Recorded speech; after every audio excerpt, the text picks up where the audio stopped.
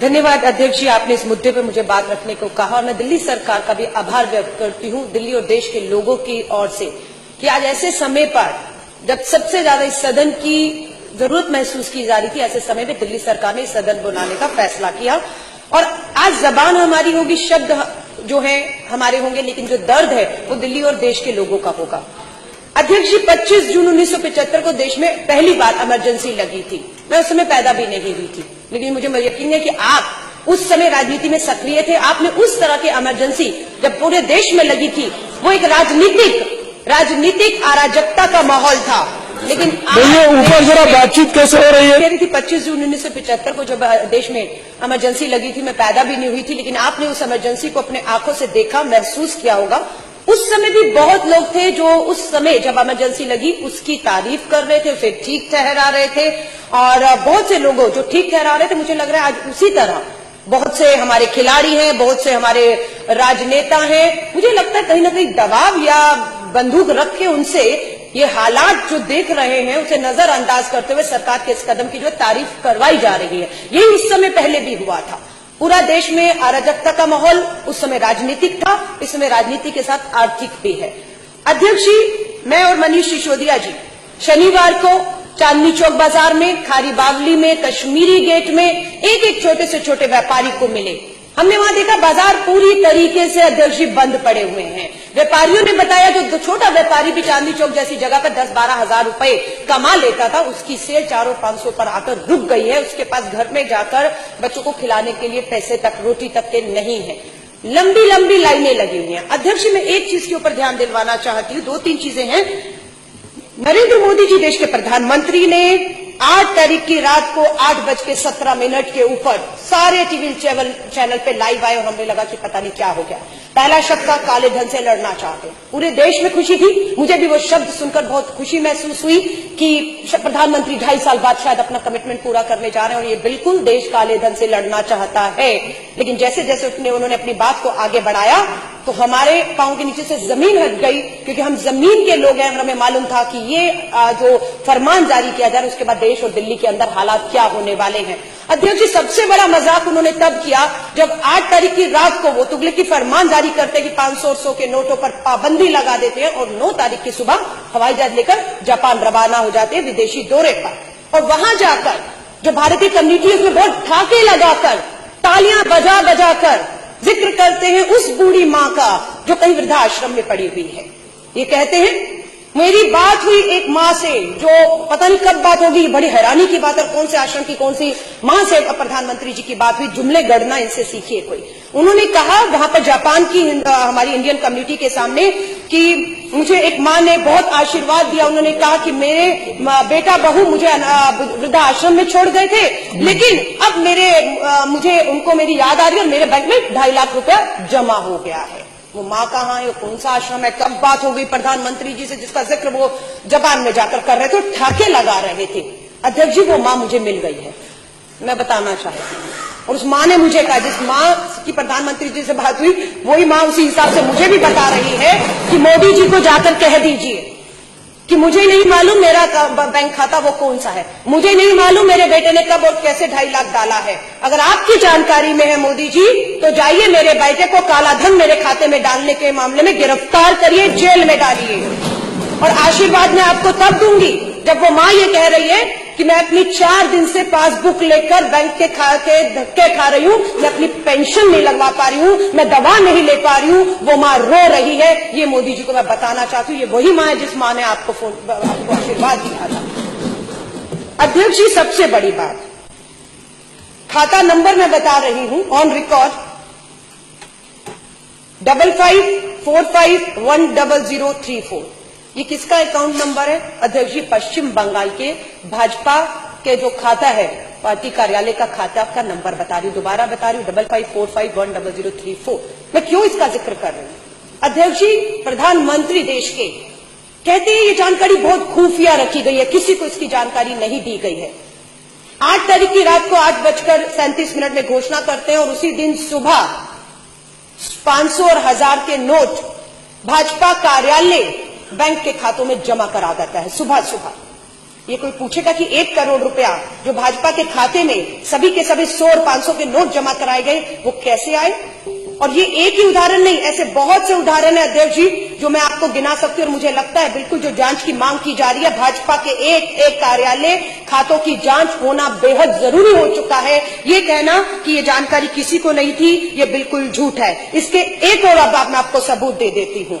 अध्यक्ष जी, मैं पूछना चाहती हूँ, ये शख्स जो है संजीव कंबोज, ये कौन है? ये पंजाब का भाजपा का बहुत बड़ा नेता है। ये ट्वीट पर 2000 नोटों की गच्ची की तस्वीर डालते हैं। और कब डालते हैं? मोदी जी घोषणा करते हैं देश के प्रधानमंत्री 8 तारीख की रात को। और संजीव कंबोज जो भाजपा के बहुत बड़े नेता है पंजाब से, वो ये खबर डालते हैं 10:53 सुबह 6 तारीख को, 6 नवंबर को, जब देश को नहीं पता था कि 2000 का नया नोट आने वाला, उसकी शक्ल क्या होगी। उसको आरबीआई जो है मोदी जी की, प्रधानमंत्री की घोषणा के बाद जो है उस नोट को दिखाती है पूरे देश में कि वो नोट कैसा होगा। लेकिन भाजपा के इस नेता के पास इसकी जानकारी, इसकी तस्वीरें, ये नोट कैसे थी, ये तो देश जानना चाहेगा, कैसे इनको खबर थी इसकी। लेकिन इसका जवाब भाजपा का कोई नेता देने को तैयार नहीं है। उल्टा राष्ट्रवाद और देशभक्ति के नाम पर जिस तरह से निर्दोषों को, मैं कहूंगी, क्योंकि चीफ जस्टिस ऑफ इंडिया के भी पूर्व चीफ जस्टिस ने भी कहा है कि जिनको फेक इनकाउंटर में मारा गया है उनका दोष कभी साबित ही नहीं हुआ, वो अभी अंडर ट्रायल थे। तो देशभक्ति के नाम पर, राष्ट्रवाद के नाम पर, आतंकवाद के नाम पर जिस तरह से निर्दोषों को फेक इनकाउंटर का शिकार बनाया जा रहा है, ठीक उसी तरह देशभक्ति राष्ट्रवाद के नाम पर, काले धन के नाम पर निर्दोषों को, 125 करोड़ की गरीब मजदूर आम आदमी किसानों को लाकर इन्होंने जो है वो सड़क पे खड़ा कर दिया। शर्म आती है हमें, उस मां के आंसू नहीं दिखते। और सबसे बड़ी तो मैं निंदा करना चाहूंगी, शर्म आती है। कल तक जब कांग्रेस के नेता राहुल गांधी लाइनों में खड़े थे तो मोदी जी भाषण देकर ठाके लगा रहे थे कि मां का काला धन जमा करने के लिए एक बेटा लाइन में खड़ा है। और आज मैं कहूंगी, क्या देश के प्रधानमंत्री जी, आपकी भी माता जी को आज आपने 90 साल की उम्र में लाइन में खड़ा करने का एक फोटो, कहूंगी एक अपॉर्चुनिटी की तौर पे आपने देखा, 90 साल की मां को लाइन में खड़ा कर दिया है। बहुत से बेटे हैं, मैंने 4000 रुपया लाइन में खड़ा होकर निकाला और सबसे पहले 4000 में से 2000 लेकर मैं अपने 80 साल के करीब, मेरे पिताजी की उम्र होने वाली है, 75 साल के ऊपर मेरी मां है, सबसे पहले अगर 4000 निकाला तो 2000 अपनी मां को देकर आई कि मां जरूरत हो तो रख लो, मुझे पता है आप लाइनों में नहीं लग पाओगी, आपको शुगर की बीमारी है। देश के प्रधानमंत्री 4000 बदलने के लिए अपनी माता जी को खड़े करते हैं। बहुत सी माताओं की पेंशनें नहीं मिल पा रही हैं, वो रो रही हैं। अध्यक्ष जी, और मैं आपको बताती हूं, इसके अलावा बाबा रामदेव जी ने भाषण दिए थे, नरेंद्र मोदी जी का चुनावों में समर्थन किया था, काला धन आएगा और 15 लाख आएगा सबके खाते में। हम इसी देश का इंतजार कर रहे थे। जब मोदी जी घोषणा करने लग गए, मुझे लगा शायद काला धन वापस आ गया और सबके खातों में 15 लाख आने वाला है। लेकिन अध्यक्ष जी, होता क्या है, अभी एक अलवर की वीडियो जो है वो क्लिपिंग चल रही है किसी न्यूज चैनल की, उसमें बाबा रामदेव अलवर राजस्थान का कोई उपचुनाव होना है, उसके उम्मीदवार है, चांदनाथ प्रत्याशी है, उनके प्रचार में गए तो उनको भूल गए कि मेरे सामने माइक और कैमरे लगे हुए हैं। जो भाजपा के प्रत्याशी चांदनाथ हैं, वो बाबा रामदेव जी के कान में कहते हैं, अरे बड़ी मुसीबत आ गई, मेरा भी पैसा पकड़ा गया। ये उनके शब्द हैं। किसी ने कहीं से पैसे लाने में बड़ी दिक्कत हो रही है, हमारे पकड़े भी गए। अब बाबा रामदेव जी क्या कहते हैं, उनका हाथ पकड़ते, उन्हें चुप कराते, ये बात यहां बंद करो, बावले हो गए हो, यहां मत करो, फंस जाओगे। ये क्या सच्चाई है? क्लिपिंग चल रहा है लेकिन मीडिया नहीं दिखा रहा उसको। उसके ऊपर बाबा जी से नहीं पूछा जा रहा किसका कौन सा पैसा पकड़ा गया। ये वही बाबा रामदेव है जो आज पतंजलि में अंदर जो करोड़ों रुपए, मैं कह रही हूं, आप सरहद पे खड़े जवान का बाबा रामदेव हवाला दे रहे देशभक्ति के नाम पर। बाबा रामदेव जी, आपका हम लोग आपको तब हम मानेंगे जब आप पतंजलि के दरवाजे खोल देंगे और आटा और नमक और चीनी और भूखे जो लोग आज हैं उनके घर तक आपका पतंजलि का सामान पहुंच जाए। पर आपके यहाँ पर भी काले धन को सफेद करने का काम चल रहा है। दूसरा, भाजपा के ही बहुत बड़े नेता, बहुत नाम फेमस हुआ, सुषमा स्वराज जी वहां से चुनाव जब लड़ी थी, बिल्लारी ब्रदर्स करके माइन माफिया हैं, सीबीआई में उनके केस चल रहे हैं। 16 तारीख को उनकी बेटी की शादी है।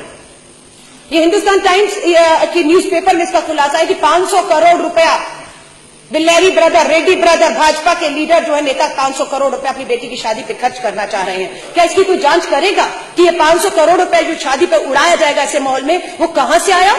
वो कैश है, बैंकों से आया, कैश है तो कब और कौन से बैंकों में ये बदला गया?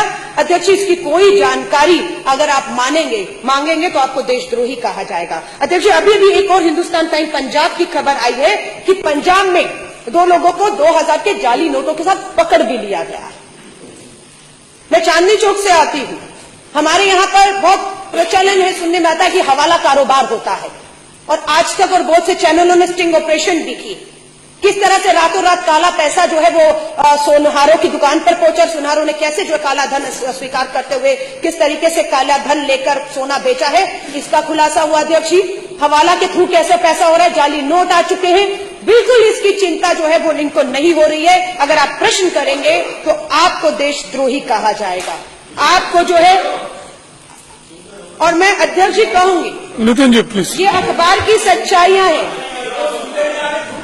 दिल्ली के 80% एटीएम खाली पड़े हुए हैं, क्योंकि 100 का आपने 500,000 बंद कर दिया, उसके बाद एक ही नोट बचता एटीएम में जो फिट होता था वो 100 का होता था।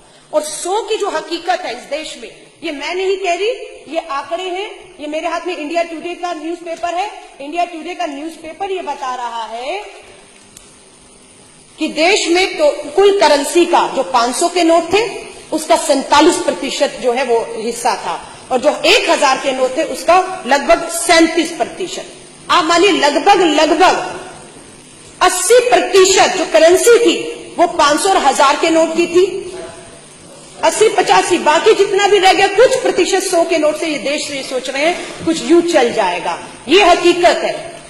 पहले प्रधानमंत्री जी ने कहा मुझे 2 हफ्ते दे दीजिए, जापान में ठाके मार के हंसे, यहां पर आकर रोना शुरू कर दिया, और अब 50 दिन मांग रहे हैं। और अर्थशास्त्री कह रहे हैं कि 6 महीने तक ये व्यवस्था जो है वो सुधरने वाली नहीं है। अराजकता का माहौल सब जगह है।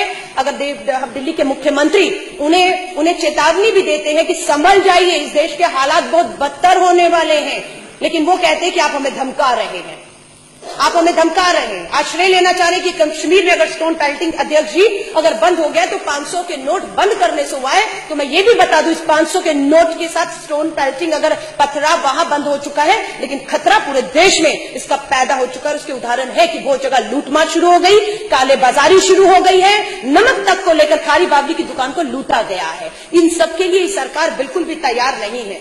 25,000 रुपए में कैसी होगी बेटी की शादी? इनका दर्द सुनने वाला कोई है? कौन नहीं चाहता?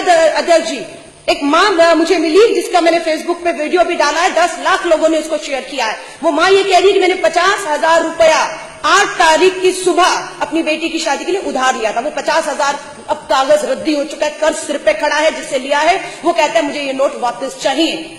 मैंने जब दिए थे तब ये चलते थे, अब मैं जो लूंगा वो लूंगा जो आज चलते हैं। वो मां आज सड़कों पर खड़ी है, रो रही है कि बेटी की बारात रास्ते से वापस लौट रही है। इसी तरह बहुत उदाहरण है। All is not well at Azadpur Mandi, फल फ्रूट सब्जियां सड़ रही हैं, करोड़ों का नुकसान इस देश की अर्थव्यवस्था को लग रहा है। लोग बेरोजगार हो रहे हैं, जिनके पास 100 लोग काम करने वाले थे, सैलरी ना देने की वजह से उनको पता है कि 6 महीने तक अर्थव्यवस्था नहीं सुधरेगी, उन्होंने उसको नौकरियों से बेदखल करके बेरोजगारी भी एक बड़ा कारण बनना पड़ा। नोट बदलने में नाकाम युवती ने फांसी लगा दी। इतनी निराशा, हताशा आज आ चुकी है कि ये हाल हो चुका है। अलका जी कंक्लूड करें प्लीज, कंक्लूड करिए। यही कहूंगी, इसकी इतनी गंभीरता को विपक्ष हल्के में मत ले। मैं आपसे कहूंगी, हालात, हम जमीन से जुड़े हुए नेता, हमारे नेता आजादपुर मंडी से लेकर मनीष सिसोदिया जी पूरा चांदनी चौक घूमे, जमीन की हकीकत को जानते हैं। जिस जमीन की हकीकत से देश के प्रधानमंत्री कोसों दूर हैं, अगर वो जमीन की हकीकत से वाकिफ होते तो पश्चिम बंगाल, बिहार, दिल्ली में उनका ये हाल नहीं होता। आज भी मैं कहूंगी समय है, संभल जाए अध्यक्ष जी। जय हिंद, जय।